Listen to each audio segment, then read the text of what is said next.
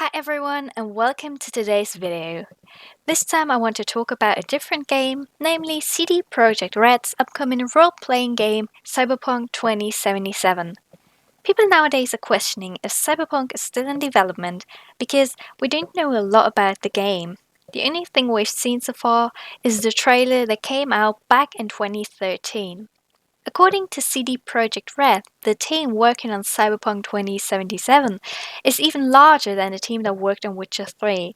Once you take a look at the job offerings on CD Projekt Red's website, you'd also see that they're still looking for plenty of people to work on Cyberpunk, meaning that the game is now in active development and, for sure, has not been cancelled. The problem with this game is that CD Projekt Red set the bar very high with Witcher 3. Witcher 3 is, as we all know, an immersive open world game that stood out due to its brilliant storytelling, soundtrack, mechanics, animations, and so on. Players of Witcher 3 now expect that Cyberpunk 2077 has to be equally fantastic or even better, which is only understandable. Players of Witcher 3 now expect that Cyberpunk 2077 has to be equally fantastic or even better. It's only logical that CD Projekt Red takes its time to keep the quality of their games high. Another thing that people may forget is that Cyberpunk is, contrary to Witcher, not a medieval RPG.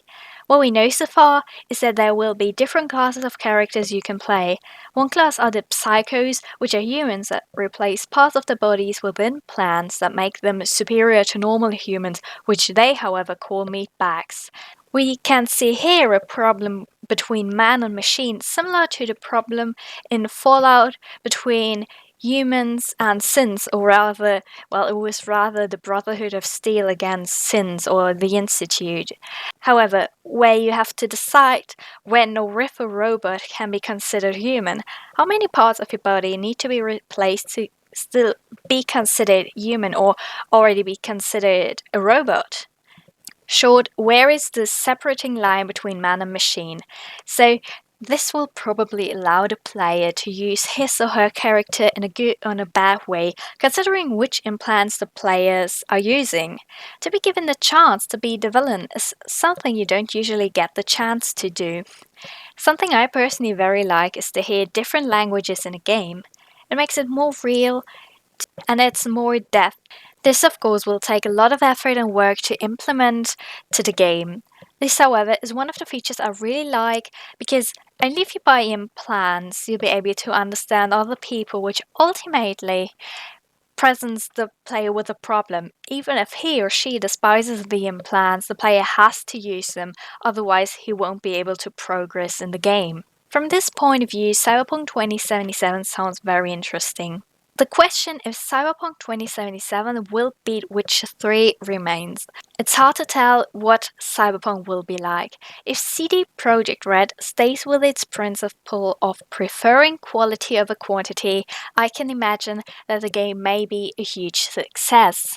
I am positive about Cyberpunk 2077 simply because it seems to be an unique RPG we haven't really seen before. With this game, CD Projekt Red will be given the chance to show that the company is able to create another universe but the Witcher one.